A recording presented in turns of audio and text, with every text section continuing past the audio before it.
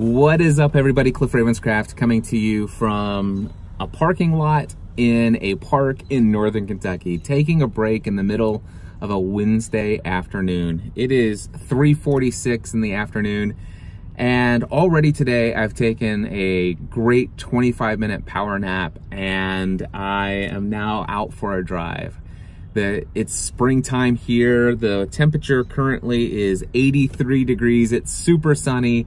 And it's all green leaves everywhere, green fields as I drive down this road called River Road. So I'm just really enjoying a bit of rest and recreation in my day today. Just enjoying life, being thankful for the privilege to take a break in the middle of a workday, any day, and potentially every day.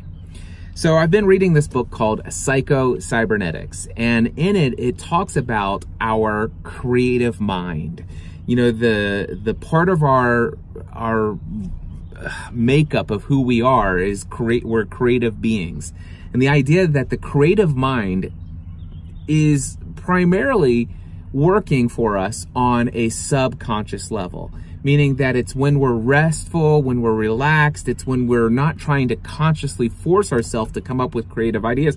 It just happens naturally for us. Let me ask you this, has this ever happened for you? I've had this happen several times. So there might be something that I'm facing at work, doing the work that I do. Maybe it's a problem with my website. There's some kind of coding that's just totally messed up and I can't figure out where the issue is inside of the code. Or maybe there's some kind of sequence in my email newsletter that needs to happen and I can't quite wrap my mind around how am I going to take somebody who signed up over here but who has access to this but hasn't watched this, they're going to get this, and try to creatively think about all of those things. When it is all said and done, what I'm learning is that it's my conscious mind. What the effort is put into consciously thinking, what do I want as the end result? So at the end, as the end result, it's like, okay, I want to take somebody who hears about me from over here. They request access to some sort of material, and the end result is I would love for them to say, wow, that was incredible. I want more of that. What is the next step for me to get more of what you just offered? And then like, well, I want them to know about Free the Dream Conference, land on a sales page that will tell them more about that event so that they can make a decision for themselves whether or not going to Free the Dream Conference would be something that they're interested in doing. Or maybe the end result that I'm consciously thinking of as a goal is to figure out how to get this to happen on my website versus what's going on right now, which is not exactly what I want. So there's some sort of coding problem, or there's some kind of creative way I need to think about how I'm going to design this system.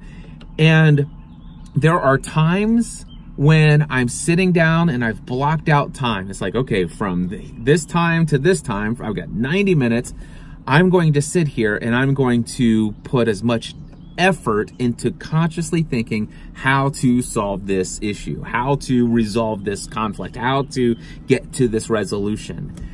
And to no avail. I'll sit there and I'm thinking and I come up with things. It's like, oh, well, I don't know if I like that. And I start to second guess all of the decisions that I'm making. And the 90 minutes is up and I'm like, I'm no closer to really solving this than I was before. And sometimes I'll force myself to spend even longer on it, and I'll get frustrated, and I'll start, it's like, man, what am I doing? Maybe I shouldn't be, and I'll just say, and you know what, I've worked long enough today. I'm gonna leave the office. I'm gonna go and have dinner with the family. I'm gonna sit back and enjoy, just enjoy my night, and just I'll deal with it in the morning. And then I go to bed, and what happens? All of a sudden, I'm laying in bed. I wake up at like 3, 4 o'clock in the morning, and I'm just like, what if I did this? And the next thing I know, it's like, in my mind, I have this picture of exactly the process of what it is that I could do. And so I'm like, okay, I'm gonna jot this down, okay? And so I pick up my phone and I take some notes and stuff like that. And I'm like, if I do this, this. And then I look at the clock, it's like, oh my gosh, it's 4:15. I still got time. I can go back to sleep. I can get at least another hour of sleep in. And so I do that, and then I get into the office after I go to the gym and work out, come back from the office, and I'm like, okay, where are those notes that I had last night? It's like, and I wrote it down. It's like, that's the key. Okay, so all I have to do is this, and then I'm reminded of the way my brain was thinking creatively, and I come in the next day without actually consciously forcing myself to think through the scenario. I'm like, I've got the solution. And this has happened to me so many times. And what I realized through this book called Psycho-Cybernetics, it's saying that our creative process, our creative mechanism inside of us is an unconscious process, that our conscious mind, our conscious thoughts should be to think, what is the end result? What is the outcome? What is the desired result that we want?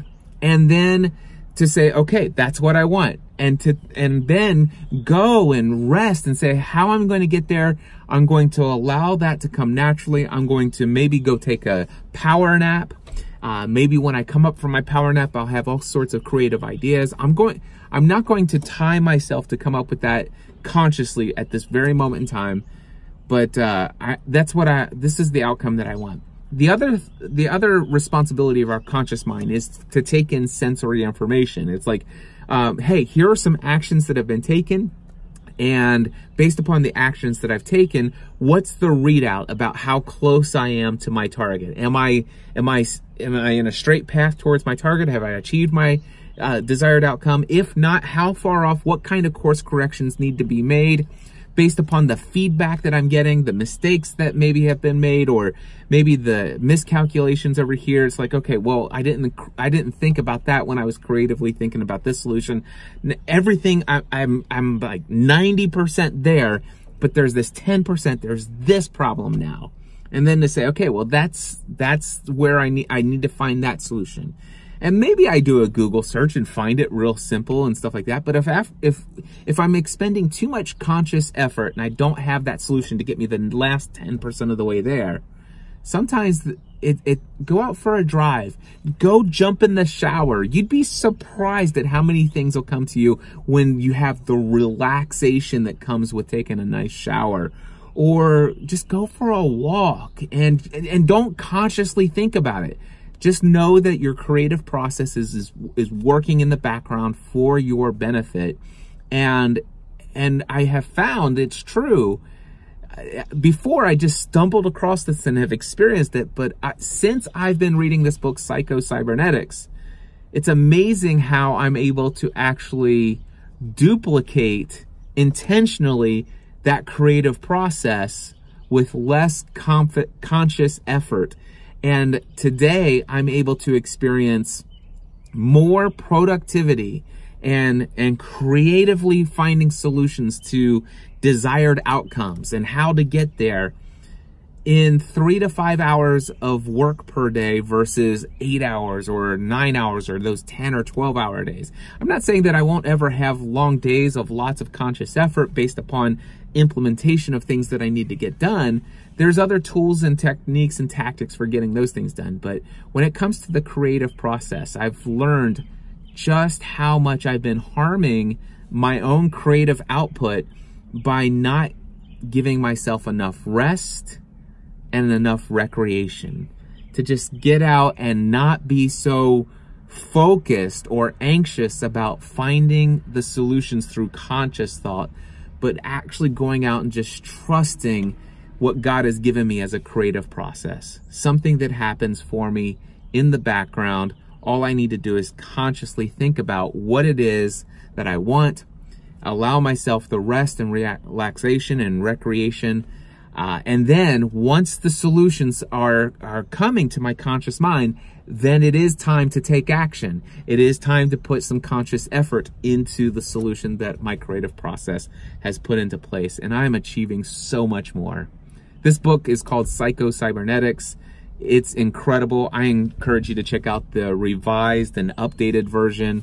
And I'm going to be sharing a whole lot more at Free the Dream Conference this year. If you haven't done so already, head over to freethedreamconference.com. I look forward to seeing you this September 13th through the 15th in Franklin, Tennessee. Until next time, I encourage you to take everything you do to the next level. Bye-bye.